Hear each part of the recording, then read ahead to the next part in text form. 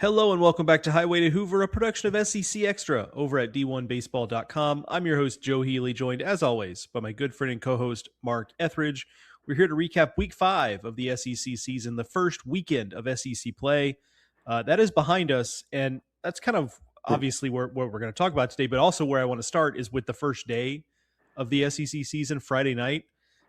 Here's a quick overview of like all the things that we had happen. Vanderbilt walked off LSU. Arkansas walked off Mississippi State. Florida walked off South Carolina. Ole Miss and Texas went to 11 innings. And Oklahoma took a lead on A&M in the bottom of the 8th to win by 1. And that doesn't include some other well-played games that happened that day. But like, how nice was it, Mark? I know you were at a game, so like that's, you're not able to maybe be as flip around all the stuff like I was doing, but like how much fun was Friday night just to have that type of chaos back in our lives? Yeah, it's like we wait all this time for, especially some of these teams, to play good opponents, and boy, it did not disappoint. Right? It was so much action, so much drama, so many storylines. I mean, I can't wait to dive into all this stuff. It was, and in some cases, it continued for much of the weekend. I mean, there was a lot of things to dive into here. Yeah. Let's start with LSU because I feel like that's the biggest, at least based on what people are asking me about. It seems like that's still the biggest story, what people are most interested in. They lose a series to Vanderbilt, albeit on the road, but they lose a series to Vanderbilt that on paper, I don't think they were expected to lose. I think it's most notable they gave up 33 runs in 3 games. Yeah. That's obviously not going to get it done more often than not. And I've had a lot of time to talk about this. Like I did the main podcast with Runes and Aaron last night. So I'm going to turn it over to you, Mark, because, if folks have heard me on that, then I don't want to just be a broken record here. So like, where are you in terms of kind of a concern about LSU? Maybe, I mean, not even just being a national title contender, but like, does this feel like the type of thing where maybe it's 2024 all over again, where they get off to that horrid start in SEC play? I'm just kind of curious for your whole barometer for where you have LSU right now. Yeah, for situations like this, I'm not a results guy.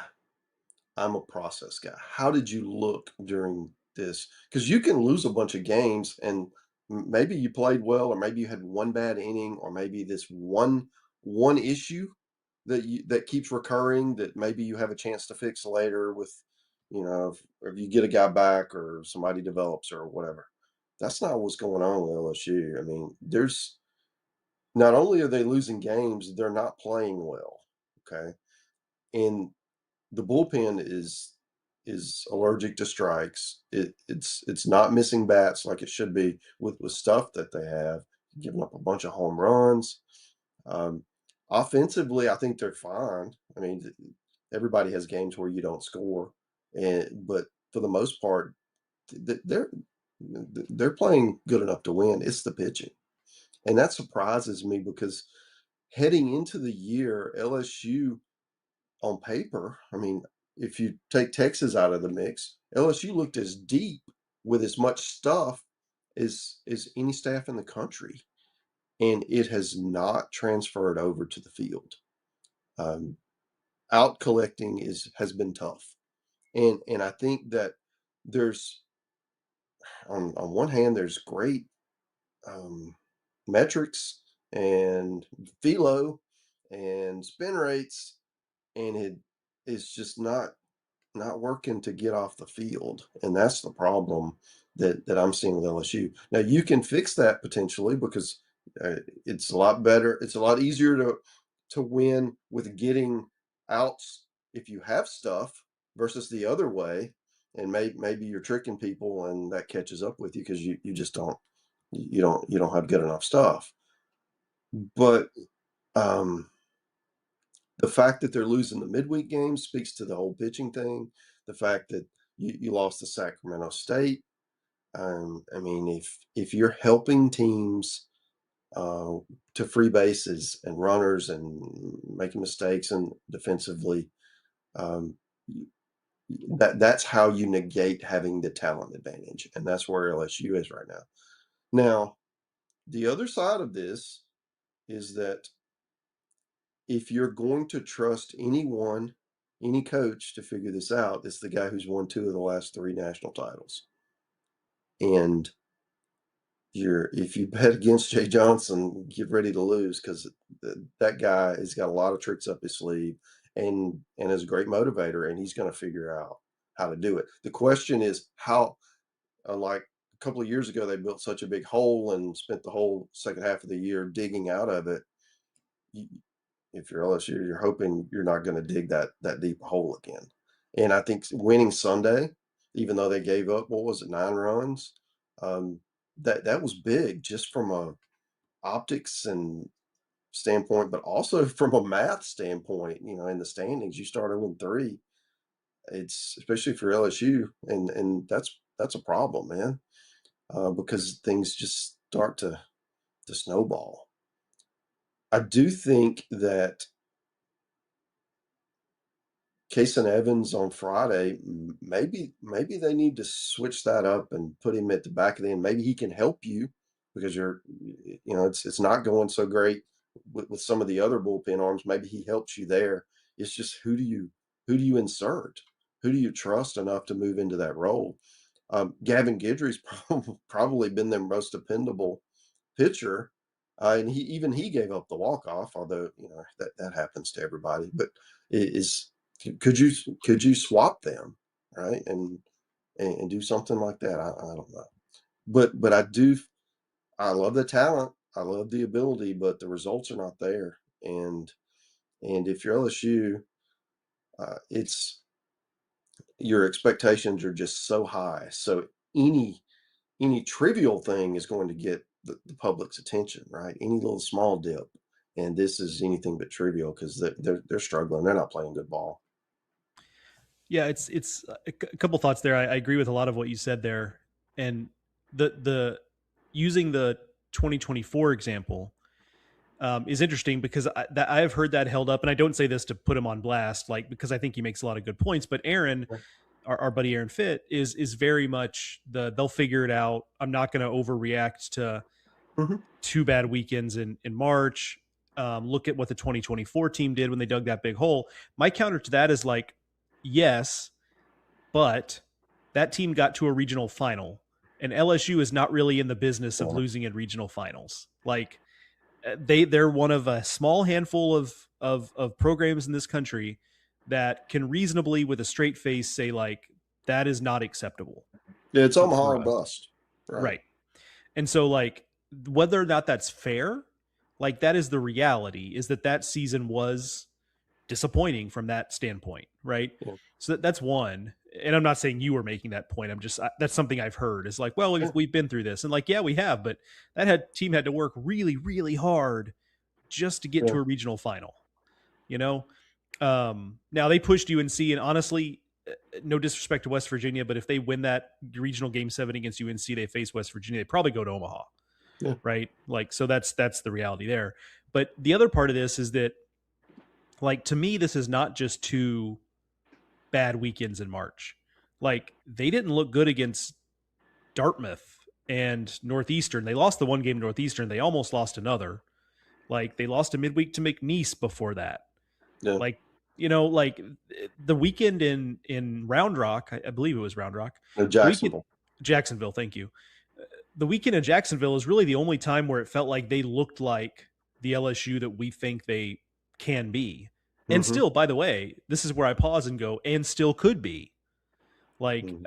I'm not writing this probably sounds like I'm writing them off, and I'm absolutely not. I'm just saying that I think anybody who is holding up 2024 as an example of well, they could still do this, or is saying like it's just 2 bad weekends, I think is maybe being a little bit underreactive to actually how long this has kind of felt a little wonky for Yeah. LSU. Like it's been more than 2 weekends. It's been a bunch of midweek games.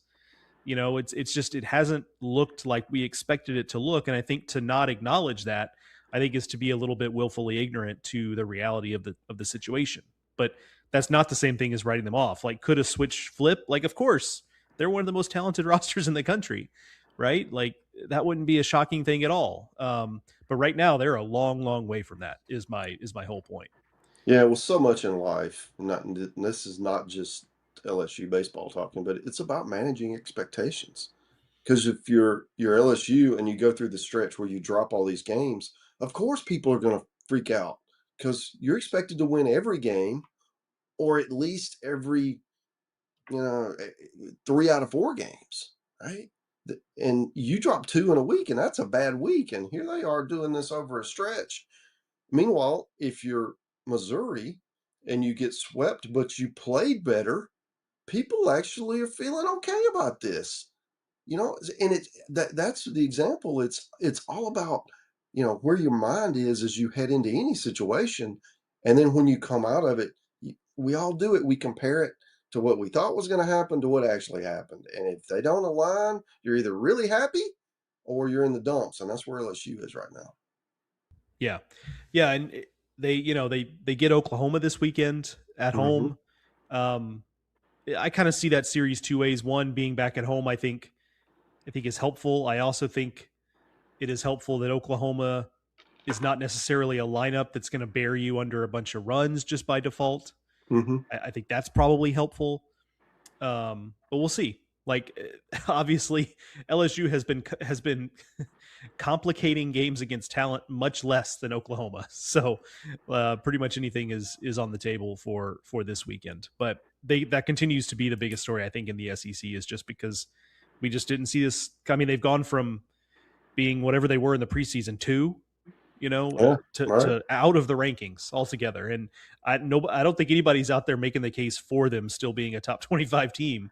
Um, like Mm-mm. I actually joked last night that when we were doing our going through the top 25, that I think their own fans would be outraged if we didn't boot them out of the top 25 because like Yeah. their fans are as frustrated as anybody else about the whole deal. So, anyway, is what it is. Um, I want to do this as like a separate segment, Mark, and we'll talk about your weekend in Hmm. Georgia in just a second. But there were a lot of notable injuries this Yeah. weekend, and I want to make sure I don't forget about them as we talk about these individual series. So I'm just going to tick some of them off here. Okay. I think the most concerning of the bunch is Cade Townsend, Yeah. just given what he's meant for Ole Miss so far. He comes out after an inning against Texas, and I actually didn't catch it at first. Like I went on weekend waypoints on Sunday and was like, well, Cade Townsend just made it an inning, and I just thought he got pulled. Mm-mm. I was not aware at the time it was an injury thing, so it's an injury thing. So that's not great. Um, It's Josh shoulder. Shoulder, Which yeah, which these days everybody's, grabbing a forearm yep, or an elbow, right? right. So I don't know if that's good or bad news. Well, Um, that's the thing is like, and it, Mark and I are obviously not doctors or physical mhm, therapists or trainers, but I look at it two ways. Like one is like, well, it's not a forearm or an elbow, so that could mhm, be better. But like shoulder injuries also can be worse, yeah, So we're just obviously we don't have enough information to really um, make any sort of diagnosis, official or unofficial yet. But obviously a huge bummer for the player and for Ole Miss more broadly if he is out a significant amount of time. Um, a couple of guys came back. Justin LeBron rolled an ankle, but he came back on mhm, Sunday. Tyler Bell missed the first two games of the series against Alabama, but came back on Sunday.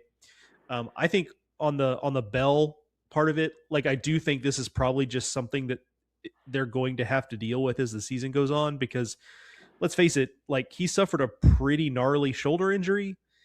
Um, and he's probably playing through a lot of discomfort. Now, nobody has mhm, said that. He's not making excuses. This is just me saying this. I have mhm, to imagine he's playing through a lot of discomfort. So the idea that he's going to miss the occasional game, I think, is something we're going to have to probably just get used to. I'd love to be wrong about. I'd love him to play every game the rest of the season, but I just right, think given the injury, I think that's probably something that is going to be a continuing thing to monitor. mhm, Uh, Drew Whalen came off the mound with an apparent injury for Auburn. He's been one of their most important bullpen guys so far mhm, this season. That's another one that, um, arm injury. Like again, we have no additional information, but you hate to see that.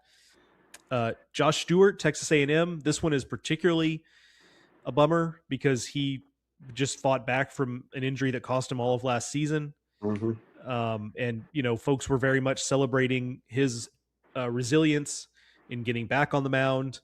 And now it's another arm injury there, and then finally Jonah Williams, season-ending shoulder surgery for Texas. That is not necessarily like a brand new thing, but we got the confirmation that he is going to miss the season with a shoulder injury. So feel free to chime in on any of those, Mark. Just Yeah, wanted to make sure we cleaned all that up because we could forget throughout the course of talking about some of the other games. sure. The Townsend one is especially, I guess, damaging to Ole Miss. I mean, they go from having really an advantageous position from a pitching staff standpoint, and now you lose he's been your best guy. I mean, Hunter Elliott's your Friday guy, but Townsend has been just nails in his first 4 starts. And if they're gonna miss him for any period of time, it's an adjustment because then you're switching people around and who who ends up on Saturday. And I mean, it's that to me is the one that we're all hoping for good news, but Ole Miss really needs good news here because I mean, because they go from a team that could host a regional to a team if you lose your best pitcher, that all of that is in question at that point, right? Um, still might be fine, but that's a lot to ask. You lose a guy like that. Yeah. Yeah, so yeah, certainly that one is one we'll be monitoring above all the others here. Let's get to non-injury stuff, Mark, and get out of the weeds Hmm. there. You were in Athens for Friday and Sunday's games of that Hmm. series. The result: Georgia wins 2 out of 3 against Tennessee. Um, let's actually go in reverse, Mark. Let's start with Okay, the most interesting walk off that I think I've ever seen. it's up Um, there. Cole Johnson robs a home run from Stone Lawless to end the game on Sunday and clinch the series for Georgia. You've got a story that I would highly recommend everyone go read on the site where you really just dove into that single play, which I thought was a cool way to approach that story. So, tell us about that play and what you just remember seeing and witnessing as that play was unfolding. Yeah, I'm in the press box. Georgia's up one, just 2 outs in the ninth inning, and Stone Lawless he grabs a bat and he's pinch hitter for Tennessee, and he tees off on one. I mean, and he thinks he got it right as he does the bat slam and beats his chest and yelling into the dugout, and I'm whirling around to find the ball, and you can see it, and I'm assuming it's long gone. I mean, we're talking Foley Field here. It's kind of cozy, and the ball, and you find the ball, and there's Cole Johnson running to the running to the wall. He's got both feet on the ground and goes up high, right? And just earlier in the inning, forget Blake Grimmer had hit one in almost the same place, and Johnson tried to do the same thing and just missed it. So he had a practice run at this thievery at the wall, and this time he didn't miss. He went up, grabs the ball. He couldn't tell us for sure it was going out. I'm a long way away. I couldn't tell. Even the video didn't really show, but it was really close. And he was up higher than the wall with his glove. I think it was going out. I really do. And the story's better if it was going out. So, Of but course. so he goes up to jump, and his hat comes off as he's trying to get it. Now I don't know if that's the ball that fell or his glove or what. And he comes down, and everybody in there, the Tennessee fans are all excited, but then it all gets kind of quiet as we wait to see what just happened. Did he catch it, or did the ball go into the evergreens behind the wall?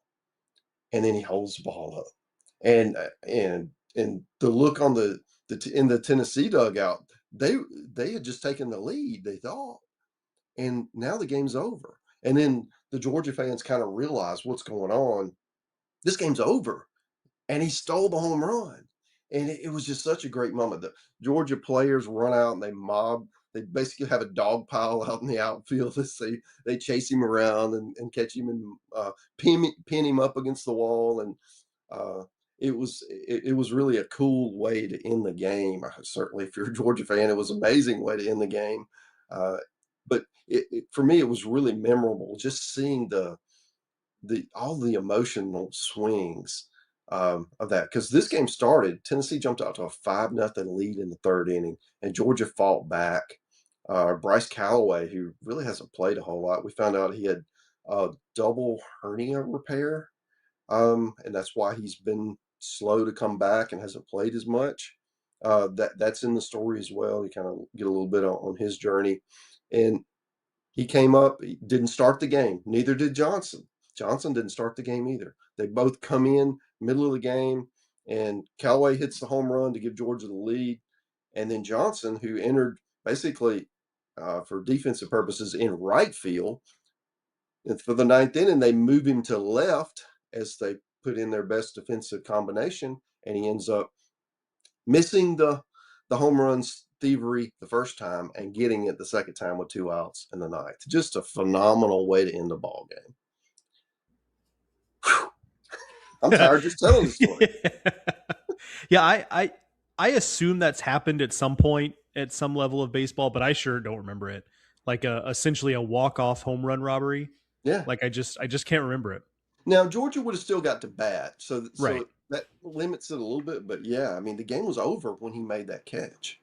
And as I wrote in the story, I mean the ball was hit hard, and it was in the air for a few seconds, and it seemed like it was in the air for an hour, right? When you're just waiting for anticipation to see what's going to happen. Can the outfielder, you can see he's about to jump, what's going to, how this thing's going to play out. And boy, that was great. And then the interviewing the kid after the game, I mean, he was still so jacked up. His heart was beating out of his chest. Yeah. Freshman, probably doesn't do a whole lot of interviews. And here it is after this, the biggest moment to date of his college career. It's going to be tough on the top. Yeah. Uh, and there he is. And he's got got reporters in his face. So it was quite the Sunday at Foley Field. Yeah. What were your impressions more generally just kind of in Well, that series and of the series win for Georgia? um, Friday, I liked what Joey Volchko gave them. I didn't know how that would translate to SEC play, but he was good. He can win games in the league on Fridays. I was really thought he did well. Kenny Ishikawa started for Georgia. He's missed a month, so this was his first game back, and his stuff was good. I mean, he was throwing 4 pitches for strikes, but he didn't miss enough bats, and Tennessee was on him. And it's a good lineup. It's not like he, uh, he's facing mid some of the midweek teams that SEC teams face. Um, I think that Georgia, I mean, obviously big physical lineup. Daniel Jackson impressed me. Last year when I saw him, it was a whole lot of swing as hard as you can, and he's still, he's got 14 home runs this year, but I didn't see that version of him. I saw him staying on pitches, taking his singles. He had a couple of clutch RBI hits that didn't leave the yard, right? So it just shows his maturation as a player. I mean, he looks like RoboCop out there. He's just totally put together, and he's got the vibe. I mean, he's got everything you want physically. It's just how good is he at baseball? And boy, he's made a jump. So I was really impressed. More so, the other thing that impressed me is Trey Phelps at third base. Last year he was okay. Of course, he moved all around positionally. Played outfield, played first, played some third. This year he's strictly a third baseman, and having all those extra reps, he's a good third baseman now. And it's all about expectations, right? I didn't expect him to be as good as he is over there defensively. He's obviously a really good hitter, and he's having a monster year. On the Tennessee side, Really like the lineup. I think that uh, Manny Marin, his ability to step forward, he got off to a slow start.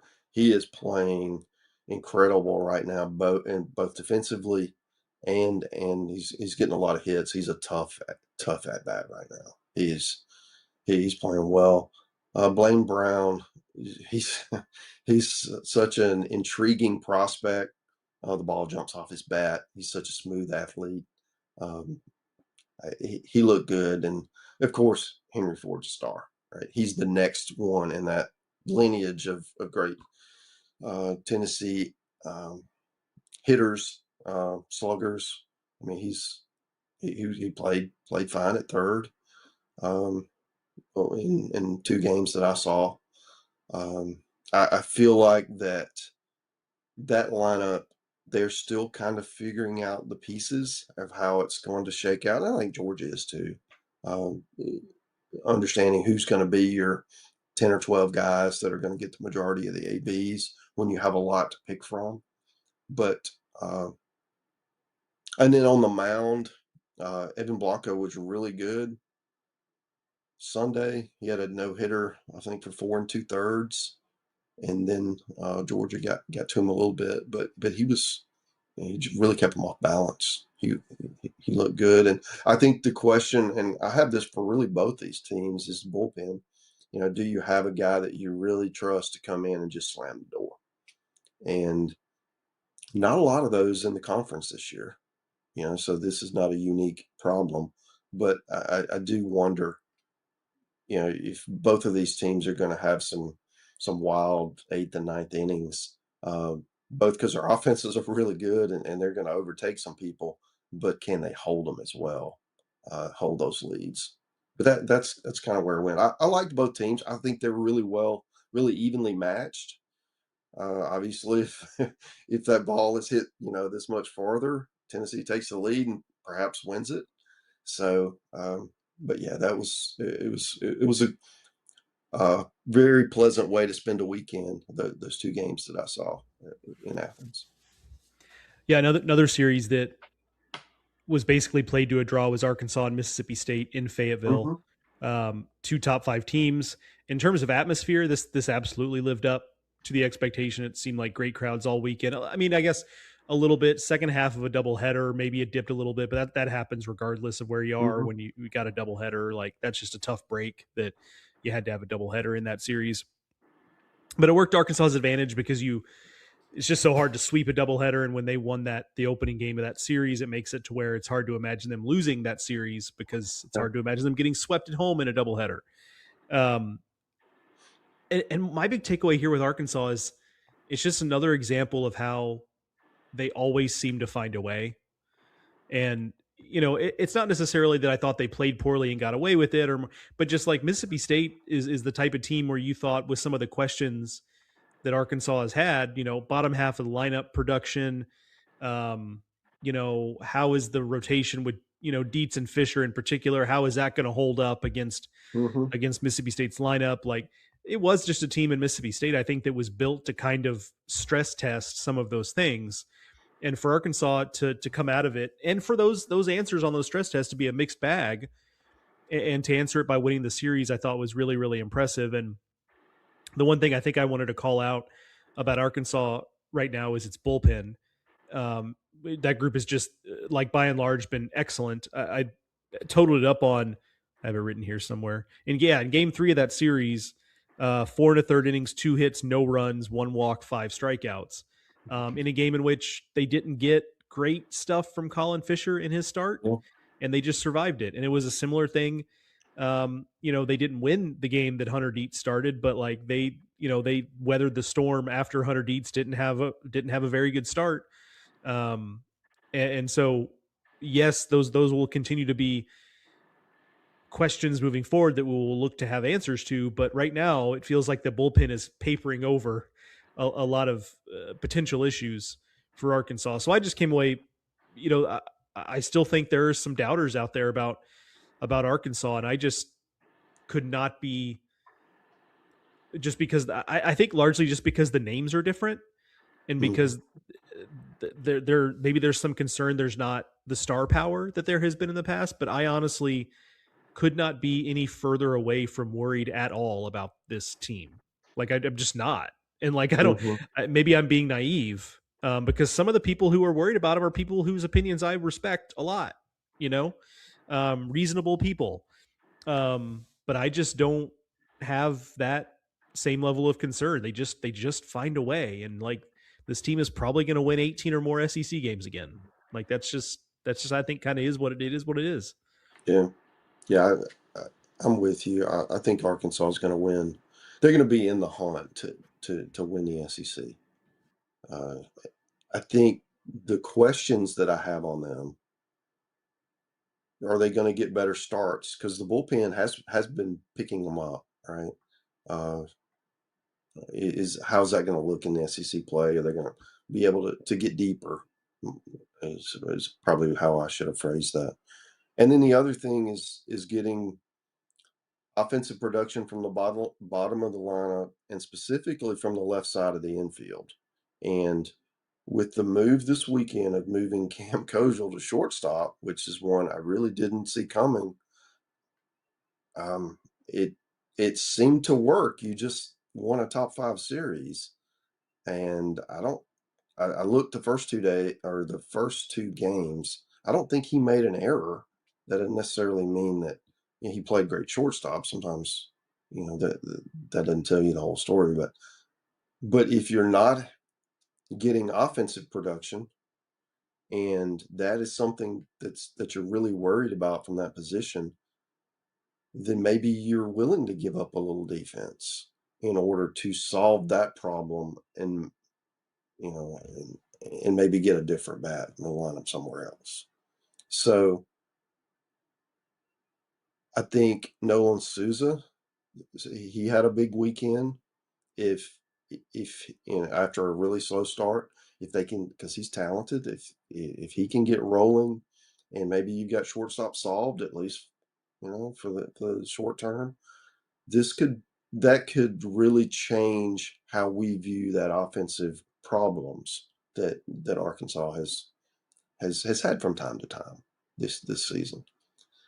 So it's one weekend. Granted, it's a really good opponent. Mississippi State, man. I thought Mississippi State would win that series, but it's hard to win on the road. It's hard to win against you have elite pitching like that you're going to face, uh, and it's not just the first three guys you see. It's they just keep coming with them.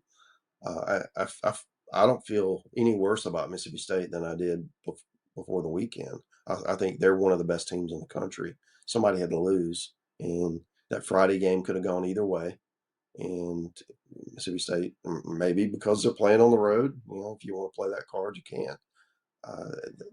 But I expect the Bulldogs to continue to have a good year, and they're going to hit a lot of home runs. They're going to continue to punish pitchers who don't throw strikes and get behind in counts. And I do think they're going to pitch. The only concern, well, I shouldn't say only, the primary concern I have about Mississippi State is just like we talked about with Georgia and Tennessee, is who's going to close games. Is it Ben Davis, and he can't pitch every game, right? So who else is out there who's going to be able to nail that down? That's again, it's a common problem, especially this time of year. But it is something that we're going to be watching every week just to see how that bullpen shakes out. Yeah, the Mississippi. I come out of the weekend not feeling anything less about Mississippi State at all. I think that's largely kind of the official opinion of D1 baseball as well. We didn't Hmm. really ding Mississippi State much in the rankings for that series loss. Continue to be impressed by the starting rotation for Mississippi State. Not McPherson's best start, but I thought it was good. It was good enough, right? Hmm. Valencius was awesome. Duke Stone for a Sunday guy, I thought he was Yeah. perfectly good for a Sunday situation. So they continue to be strong there as well.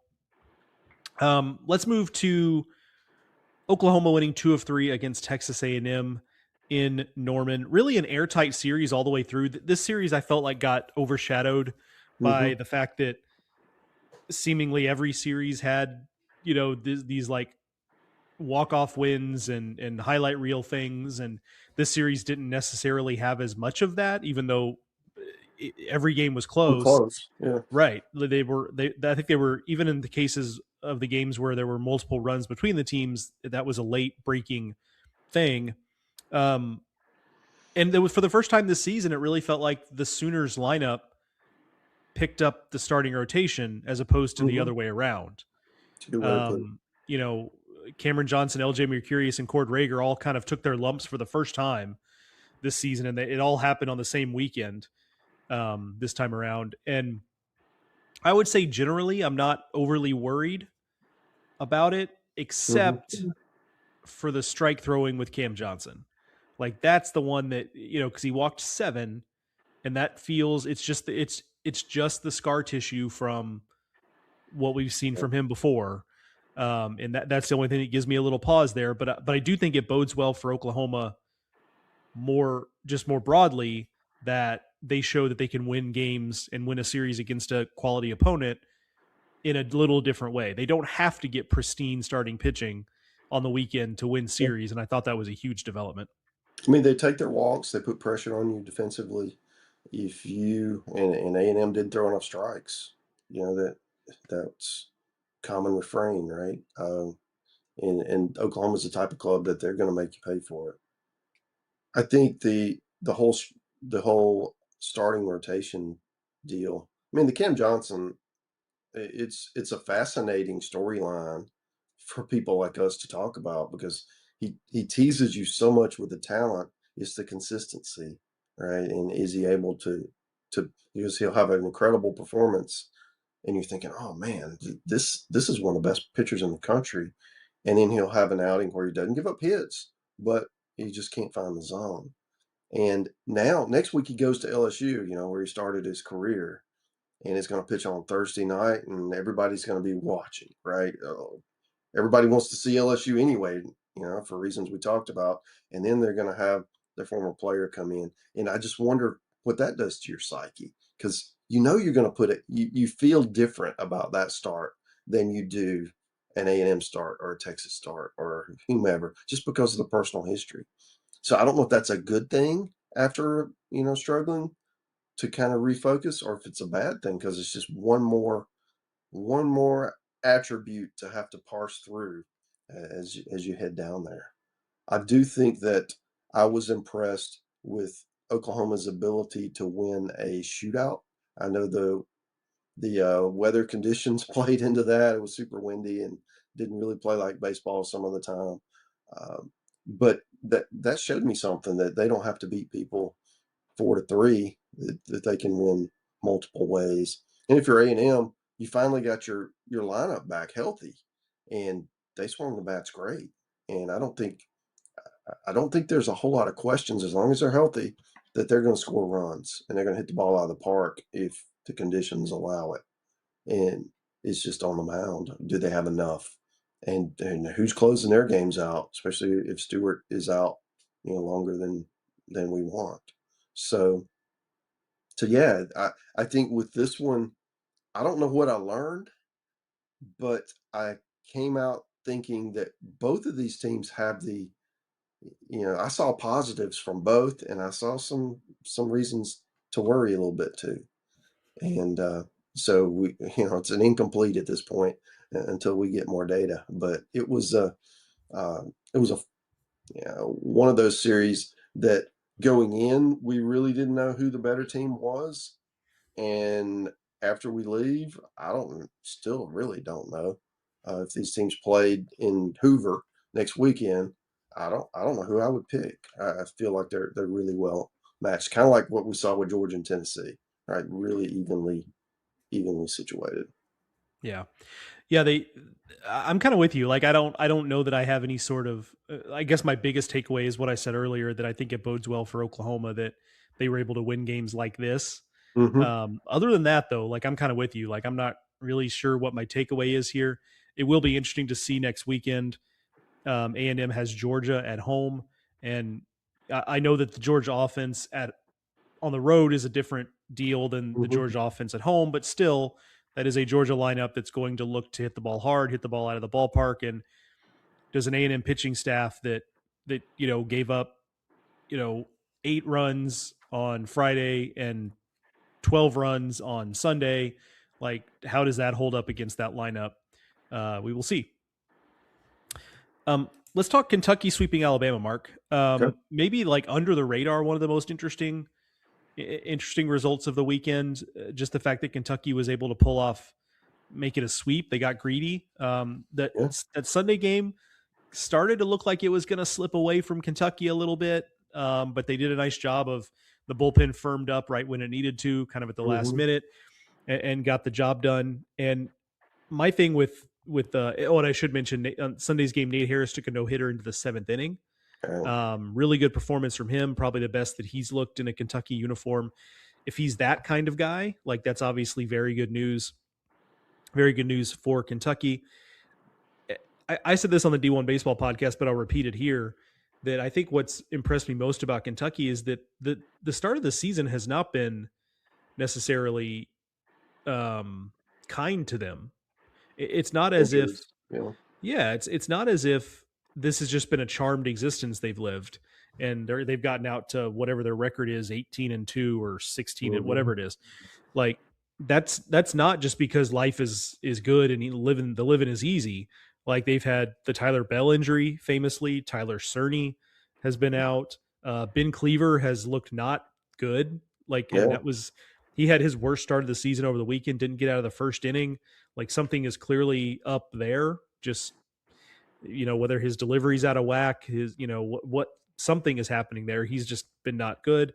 The bullpen has been kind of leaky. I'm still not sure. It's going to sound like a broken record. I'm not sure who's closing out games for them Hmm. when you get right down to it. And yet they just keep winning. Yeah, I mean, they've dropped a couple of games here, but at this point of the season, everybody's dropped games, even Texas. And so I just come away really, really impressed that this team has, like, things have gone wrong for this team, and they just kind of continue to weather it and win games, and that's impressive. Yeah. The I guess the lingering thought from that series for me is that Kentucky. I mean, they hit the ball out of the park.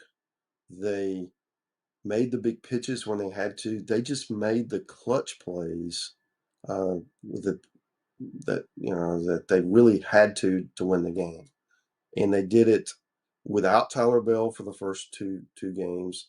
As you mentioned, Cleaver didn't give them hardly anything, and they were able to piece it together without their stars. And if you're able to do win without your stars, and other guys emerged. Was it Hudson Brown had 2 homers, uh, Saturday and Sunday. I mean, just it was um, just those kinds of performances. Uh, they're gonna only build momentum and only build belief that, hey, next guy up, and he's gonna be able to contribute.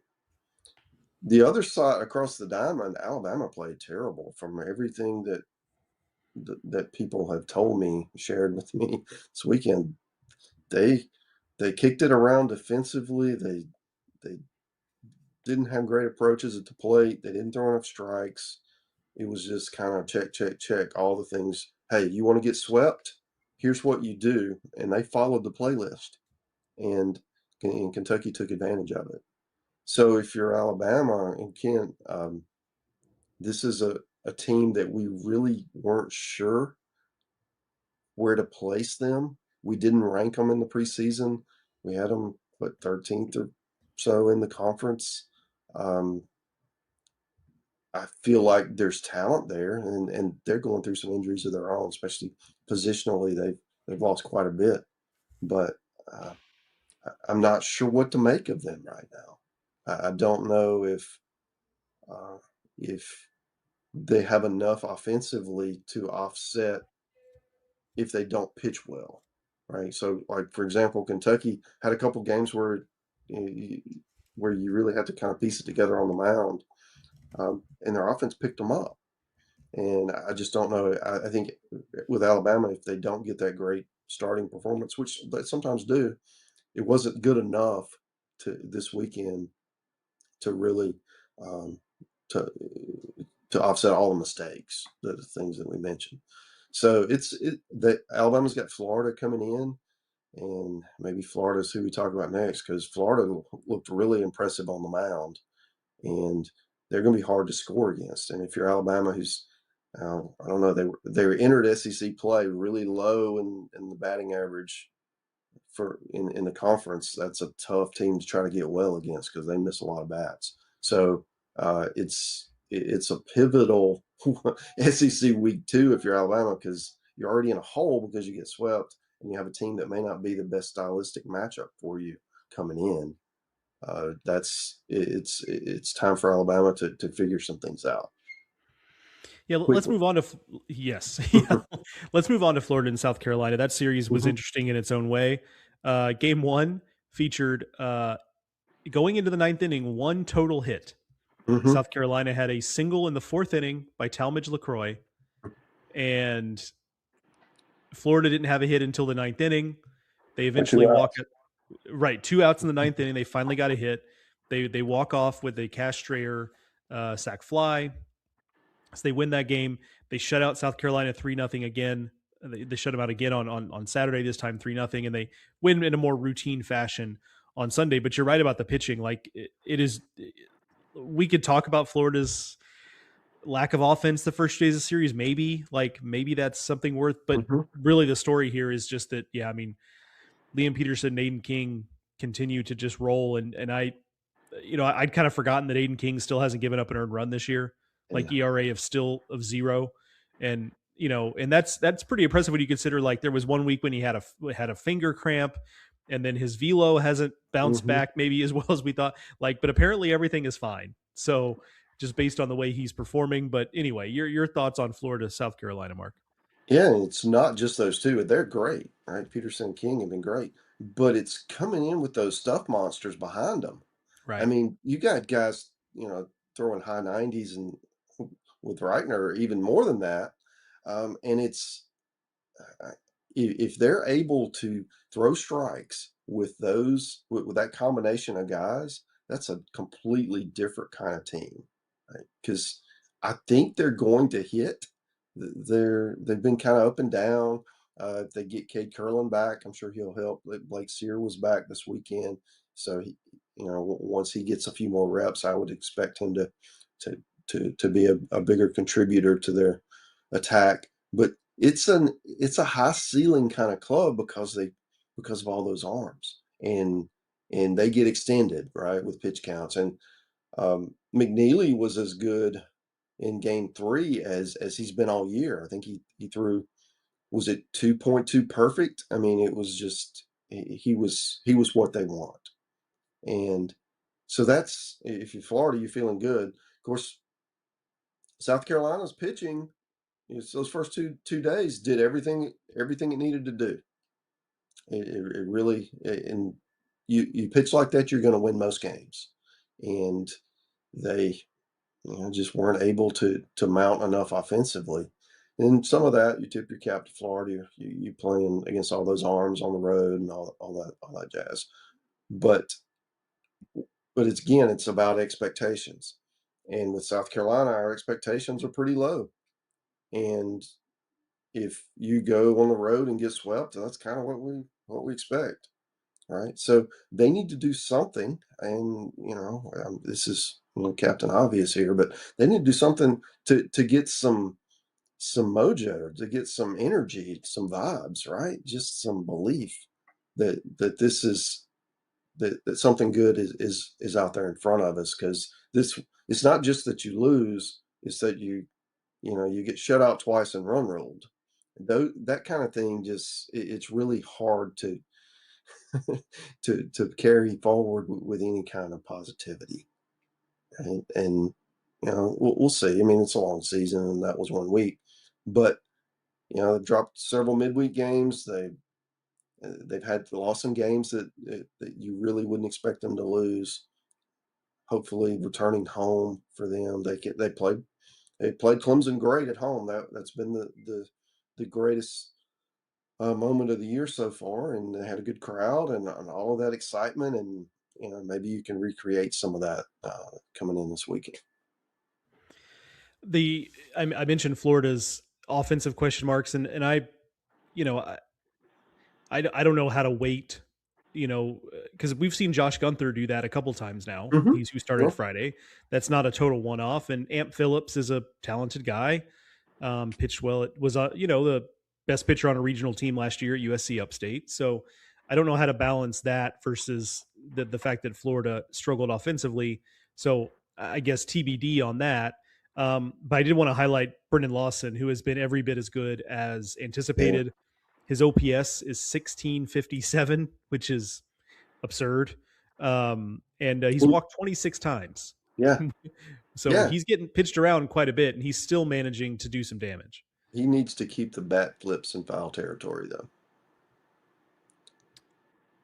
So if you didn't see it, Let's say, fill me in, please. so he he had a big blast as he's wont to do, and and did the bat flip. I assume there's some words back and forth, and did it towards the pitcher in fair territory. I We see. can't do that, man. Yeah, that seems a I little mean, light. we've come a long way with what is allowed and what us traditional baseball people will accept. From with the home run celebrations, but I don't want it towards somebody. I mean, I think there's no place for that. They warned both teams, which Paul Maneri's thing was, what did we do to get warned? Of course, you don't know what was said, but still, those are the kind of things. I mean, he's got Lawson's too good a player. You don't want that sticking to you as following you around. Just if, do your celebration towards your dugout, man. Yeah, yeah, fair enough. Yeah, we didn't mention too, in the Oklahoma Texas A&M series, we had some warnings. Hmm. There was a an ejection. Jackson Willits got Yeah. ejected. Spiked his bat. Michael Early took exception, tossed the bat back in the direction of Oklahoma. We had coaches calling each other names, Yeah. names that we can't say on this pod, or at least shouldn't, Yeah. say on this You never podcast. know who's listening. That's right, exactly right. People maybe listen to this on the drop off their kids in the morning. Yeah, We're not that's trying right. to have questions being asked in the car that parents don't want to have to answer. Um, let's move on to Texas taking 2 of 3 against Ole Miss. Instant classic in the first game of the Sure was. series. 11, like I mentioned at the top, 11 inning game there. Ole Miss wins that one, and then Texas just wins the next two running away. And I Pitching, thought that was, yeah, yeah, pitching was the thing. Luke Harrison was great. Dylan Volantis was great. Um, and I thought that was a really big statement from Texas to just kind of come back after taking its first loss of the season, and to bounce back that way and that emphatically. I thought impressive, and showed just kind of how professional this outfit yeah. is in the way they take care of their business. That Texas pitching staff just squeezes the life out of you, right? Yeah. They don't give you anything, and you get a base runner, you better do something with it because you're not going to get many opportunities. I mean, it's a really impressive group, and they're hitting enough, right? I mean, I, I feel like their offense is better than it was a year ago. Time will tell, but it certainly looks the part. And to me, they look like one of the best teams in the country. And of course, we got them ranked second. No duh, Mark. But I really think that they're in a position because they pitch so well that they're less susceptible to these upsets that we've been seeing. I mean, Sam Cozart has been nails on midweek to keep them safe there. He got a taste on the weekend and threw really well in game three. So it's they've got so many options, um, and guys that are not just talented, but they're actually performing, which seems to be that sometimes is elusive, as we discussed earlier on the pod. For Ole Miss, though, we talked about Townsend missing him. Rabe was really good. I saw him in Hattiesburg the other night, and he was good again in Austin. Maybe he moves in. Would be the logical candidate to move into the rotation if Townsend's out for an extended period. Uh, and offensively, they can hit the ball, right? I mean, there's a little bit of all or nothing there, but they are dangerous, and if you make a mistake, they will hurt you. And see, that's what Texas did in that Friday game. They gave up some walks, and the right guy got up at the plate, and there it was. Set a hit a grand slam. So I think that with what Ole Miss is going to be able to do this year is if you help them and you walk them and they'll take their walks, and then that next guy comes up, they're going to put up some crooked numbers on you. Where in the other games Texas didn't walk them, right? And so if you hit a home run, it's a solo shot, and that's going to be more troubling for a team like Ole Miss to have success. One more note on Texas. A shout out to Anthony Pack Jr. I mean, a guy who looks like he's already a star, and there's been a lot of attention paid, and rightfully so, to like the young pitchers, Brett Hmm. Crossland, Michael Winter, etc. Um, Anthony Pack was another of the big name freshmen that entered the program, and he's been awesome. He's batting 354. He was thought to be more of like a contact oriented kind of guy, but he has 4 home runs. He's walked more than he's struck out. He leads the team in stolen bases. So he's Hmm. already a guy that is making a huge impact. And you just never know with freshmen, especially smaller freshmen. I mean, he's 5'10", 180, maybe something Yeah. like that. Like he's not a big guy. And so sometimes you wonder if those freshmen are going to be physically ready, and we'll see. Let's check back in on May 1st when Hmm. he's had to deal with like the rigors of SEC Week play after week week. after Yeah. week, right? Hmm. But like so far so good for a freshman that was on the radar as like a highly touted guy, but you just didn't know what was going to what was going to look like right out of the gate. Hmm. The last series, Auburn sweeping Missouri, and this is it's easy to just kind of be like, well, Auburn swept Missouri, ho hum. Um, Missouri was frisky here. Yeah. They looked more competitive this weekend than they did every weekend last year, except the time they swept Texas A&M. Um, for 20, they were more competitive in this series than they were for those 27 games last year, which is good news there for Missouri. I think they're gonna give folks some trouble this year. They look a lot gnarlier on the mound. I think Drew Yeah. Dickinson has already had a lot of positive impact on that side of the baseball. We'll see how much. I think they are going to have trouble scoring sometimes. Hmm. Like I think that is just going to be the reality of the situation. But kudos to Auburn for going into the place, dealing with some weirdness. Like weird things always happen in that stadium for Yeah. whatever reason. Then you had like the lights going out for a period of time on Friday night. They delayed for over an hour. At one point, they had somebody out there testing. I was not aware. Mark, light Hmm. is measured in lumens. Is how they measure light. I've heard the term, but I couldn't Right. tell you. But they had a guy out there measuring the lumens of the lights they had on to see if it was enough to continue Mhm. playing. Okay. We So it used to have was to do that as kids, right? Because that light on the side of the house just didn't put off that's enough right. light. That's right. But if you get dad to shine his truck lights out there, you can finish that last inning. That's right. Yeah. Well, we weren't quite that scientific when I played. It usually ended in someone getting hurt because they couldn't see the ball coming at them. Yeah, You right. know, it's Right. usually ended up somebody taking one off the dome, and that was how we got the hint that it was time to go inside. Um, so yeah, just a weird weekend. But Auburn weathers it and gets the win. And I think Jake Marciano was awesome again. I think that's to me one of the biggest stories for Auburn is that like he continues to check all the boxes of like maybe he is ready to be a Friday guy who can go toe to toe with all these other big names in the SEC. Maybe he is just ready to be that guy. And so far, so good Yeah. for him. So I think uh, credit Auburn here because this was not just a rollover series sweep that you might on paper Mhm. if you're not paying attention to Missouri, you might not realize that there was actually more to it than just meets the eye. Yeah, both teams really got great starts, all three games.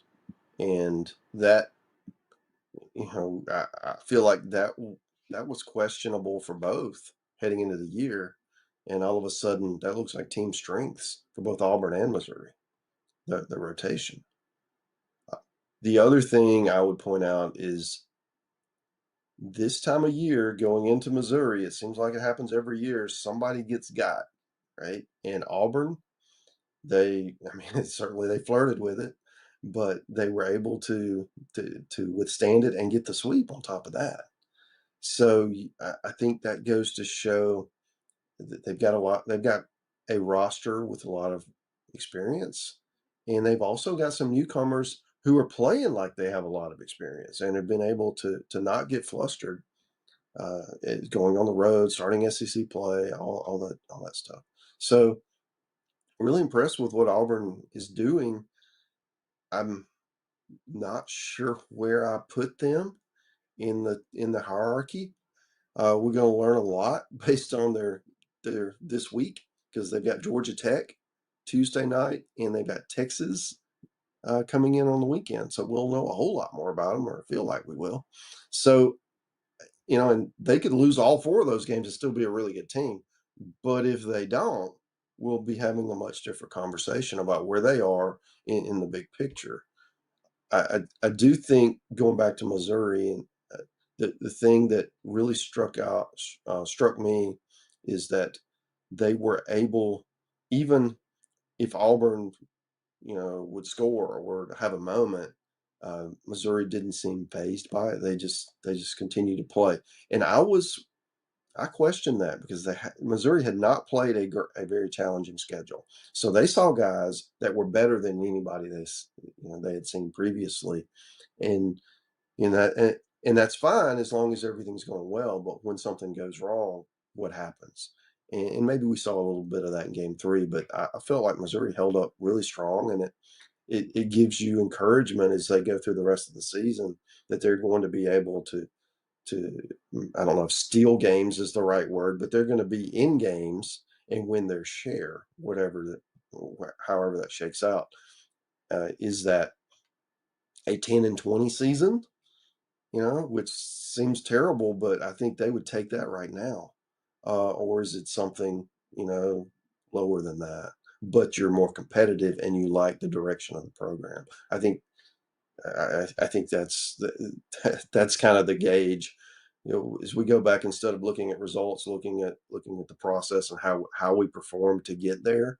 I think that's more interesting about Missouri is do they look like they belong in the best conference in baseball? Because last year they didn't, and last weekend they did. So that gives you something to think about as the head forward and try this again the next 9 weekends. Yeah. Yeah, it will be interesting to watch. It is a positive for our viewing experience that those weekends when somebody faces Missouri aren't necessarily weekend. Those are series that we have to pay attention to, Yeah, and have to consider, and because last year it wasn't competitive, and so until it was, that one weekend. yeah. All right, Mark, that's an episode. Lot jam-packed episode because it was the first week of conference play. What do you want? Lots to talk about. A lot to talk about. But that is going to do it for this edition of Highway to Hoover, a production of SEC Extra over at d1baseball.com. Want to thank Mark, as always, for joining me. Want to thank you, the listeners, for listening. We'll talk to you again this time next week